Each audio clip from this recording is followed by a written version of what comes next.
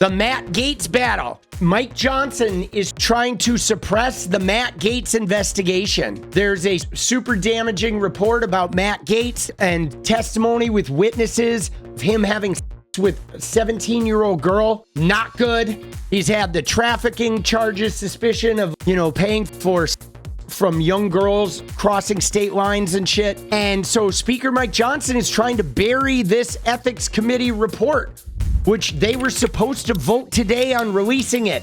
But as soon as Matt Gaetz got nominated for Attorney General, he resigned. He quit the House of Representatives. And now they're trying to bury it. I don't think that should happen, bro. I think if you're up for the highest law enforcement job in America, to be Attorney General, the head of the Department of Justice, if you have a criminal investigation, we deserve to hear about that shit. But I like what John Fugel said here. He said, we've now reached the cover for child in exchange for earthly power phase of Mike Johnson's Christianity. Dude, this is crazy. Unbelievable, bro. And this guy calls himself a Christian. And he's going to cover up an adult congressman having sex with a minor for political power. Would you stop the Ethics Committee from releasing their report to the judiciary? Speaker doesn't have the ability to do that. I just expressed my opinion on the matter. I believe it is very important to maintain the House's tradition of not issuing ethics reports on people who are no longer members of Congress. I think it would open the Pandora's box. Dude, this is some BS, though. The way he says, I think it's in the House best interest to continue the tradition of not releasing ethics investigations for people who are no longer in Congress. But what he's leaving out there is that Matt Gaetz specifically resigned to avoid this investigation coming out. He's trying to game this shit. It's not like he left 2 years ago and now there's some ethics investigation they want to dredge up. He is being a scoundrel, bro. This guy's a Christian too. You think Jesus would approve of protecting somebody who's having sex with children? That doesn't seem, I can't see Jesus being on board with this, bro. Dude, what a smarmy bastard, bro. Speaker Mike Johnson is warning against the release of the report. What is his reasoning?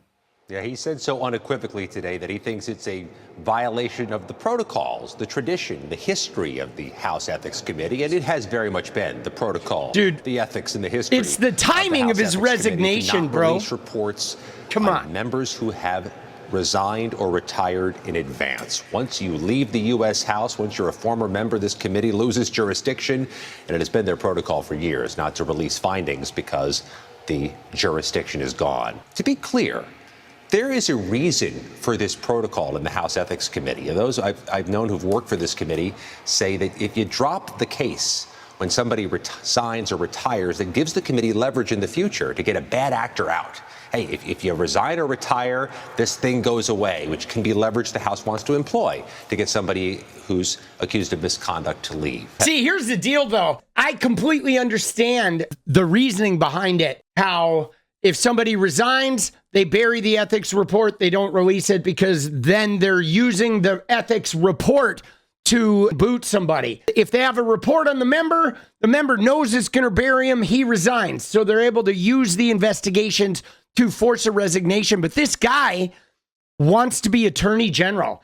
And there's no way that you can have somebody wanting to elevate from Congress to a much more powerful position. It's not like he's leaving government. Dude, they're so scammy, bro. This is the shit that I get tired of, is just open scamming by political parties, open playing the system, and people in power getting away with this shit. I feel like we should fucking punish the shit out of these people for doing this, dude. I get so tired of people in power because those of us that are not in the government, we don't get loopholes. When we get investigated, arrested, we don't get these loopholes. We always have consequences, and they demand we have consequences. They like to tout the whole law and order. How many times did we hear politicians say law and order during this election cycle? But when it comes to them, there's no law and order. It's constant gamesmanship for them to be able to break the law and never have any consequences. And, has and relationships I'm with the tired House. of it, man. Now, what's interesting about this is the senators are fucking pissed, bro. This absolutely right here. Exactly what Adam Schiff says. No one should be able to resign from Congress to hide serious misconduct from the public. And certainly not someone under consideration for attorney general. You don't root out corruption at the Department of Justice by picking a corrupt person to lead it.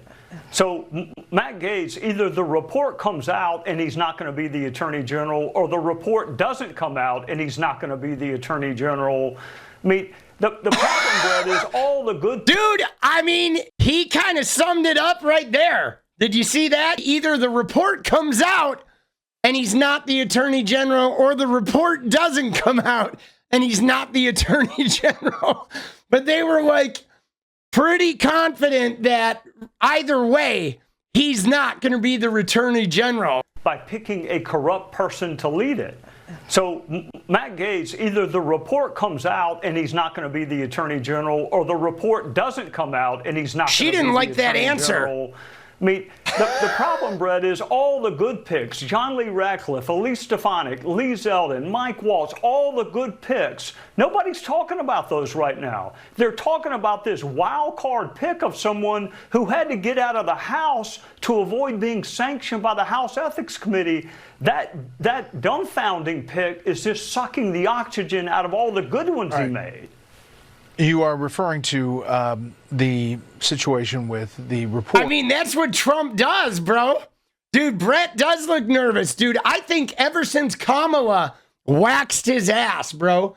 Dude, Brett hasn't been the same, bro. Ever since Kamala just lit his dumb ass up, dude, he hasn't been the same, bro. The way he put that, you know, look, here's the deal. Either the report comes out and he's not the AG, or the reports don't come out and he's not the AG. I mean, I think that kind of says it all about the Senate with him. Now it becomes like some type of shenanigans that they're going to try to fucking pull. We all know why Trump wants Matt Gaetz. Number one, he wants Matt Gaetz because Matt Gaetz will go in there and make all the investigations on Trump. Any information they have on any of their allies will be gone. Paper shredders will be overtime. All of their cases, any ancillary information related to any of their cases will be shredded, gone forever. That's number one. Two, he wants it because he will investigate and go after a lot of people. It could be anybody who goes against him using the arms of justice. It could be to encourage them to be looking at private entities outside of the government. Any way that he could weaponize the Justice Department, for sure. And the other thing is, I believe he knows that the entire Justice Department would wipe away the fingerprints for Trump at that point. If Trump starts breaking the law as president, Matt Gaetz would help enable that. And absolutely be looking the other way the whole time. Like, not seeing anything here. We're not going to look right there, but I don't see anything. Yeah, nope. I don't see shit. It's so gross, bro. Let's look at it. Is Matt Gaetz an accomplished attorney? A closer look at his record as a lawyer. So they found that Gaetz argued 7 cases at the trial level in Okaloosa County. The 7 cases in court ranged wildly in substance. In 2008, he represented 2 separate clients for speeding tickets. Bro, are you shitting me? He did 7 cases. So 2 out of the 7 cases, more than 25% of his cases were for speeding tickets, bro.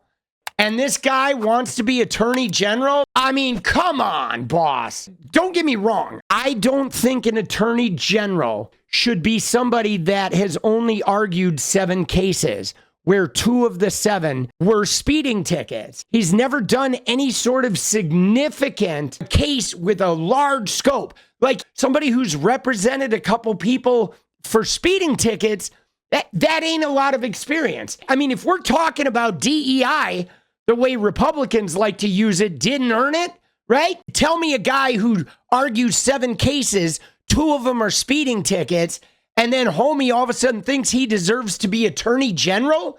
Nah, that is not enough experience. You want somebody who's a judge or somebody who has worked significant high profile cases. What does a guy who represented a couple speeding tickets know about running the entire Justice Department of the U.S. government. How does that earn it? But look at the Trump cabinet, bro. Apparently blacks for Trump only get to wear t-shirts at the rally. Every single person in this cabinet is white, mostly male. There's 1, 2, 3, 4 women, but all white. I mean, it is the Trump rally demographics. We know what this is, guys. We've been here. It is what it is, bro. It is the story of this election. We can talk about the working man. We can talk about the economy. We can talk about all the fucking identity politics that Republicans played. And sure, there's a little bit in there. But at the end of the day, it's white man versus not white man. That was what the election was about. And the white people were uniformly going to vote white man over like woman of color, period. Okay, the women of color, you know, it's very different than a black man. A black man would have been a very different candidate and maybe would have had a chance at winning, but they have not been able to get a woman president to win, much less a woman of color. So I'll say this. I know Kamala didn't win. I know a lot of us were heartbroken by that, but the fact that she was so close, I think says a lot, man. It's a real testament to Kamala and Tim Walz that it even was as close as it was. Because, you know, look at this cabinet. They voted for the culture of whiteness. This is why 60% of white men and 53% of white women voted for the rapist and the criminal simply because the culture of whiteness was something that was more empowering, that felt like a protection of their own interests. There was too big a fear that a black woman was going to promote a culture of like womanness or a culture of blackness or, you know, non-whiteness that was going to be a threat. And no, they are the swamp.